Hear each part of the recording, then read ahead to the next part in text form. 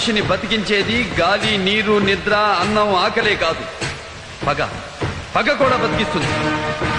ఎప్పటికైనా నేను పుట్టిన పులివెందుల గడ్డ మీదే చేస్తా. నేను చంపాలనుకున్న వాళ్ళను చంపే చేస్తా.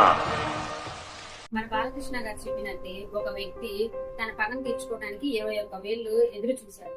ఆ వ్యక్తి మరెవరో కాదు, one of the greatest freedom fighter Udham Singh.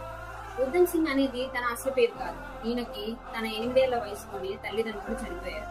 తర్వాత అతను ఒక ఆశ్రమంలో జాయిన్ అయ్యారు. ఆ ఆశ్రమం వాళ్ళు అతనికి ఉధమ్ సింగ్ అని పేరు పెట్టారు.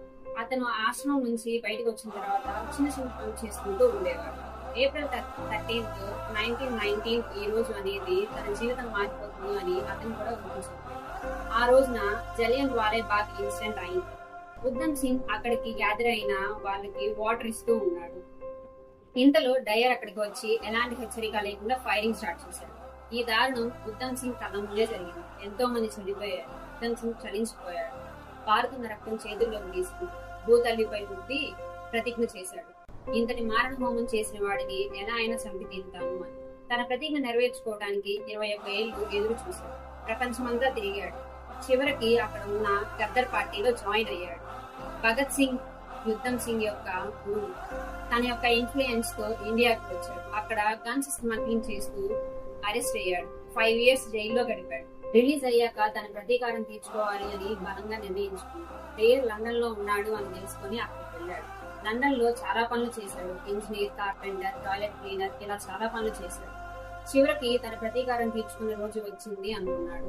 డేయర్ ఒక హాల్లో స్పీచ్ ఇస్తున్నాడు అని తెలుసుకుని అక్కడికి వెళ్లి తనని కాల్చి చంపేశాడు. ఇందుకు గాను అతనిని అరెస్ట్ చేశారు. తన ట్రయల్ జరుగుతూ ఉండగానే Udham Singh 42 days hunger strike చేశారు. కోర్టులో జడ్జ్ నీ పేరు ఏంటి అంటే ఉధమ్ సింగ్ రామ్ మొహమ్మద్ సింగ్ ఆజాద్ అని చెప్పాడు. అంటే అతను అన్ని జాతులకు చెందిన వాడినని బోల్డ్ గా చెప్పాడు. నేను చనిపోతానని నాకు బాధగా లేదు, ఇంకా చాలా గర్వంగా ఉంది. ఏ కారణం లేకుండా 1000 మందిని చంపిన వాడిని అలానే కాల్చి చంపినందుకు అని చెప్పాడు. ఇది నిజమైన దేశం.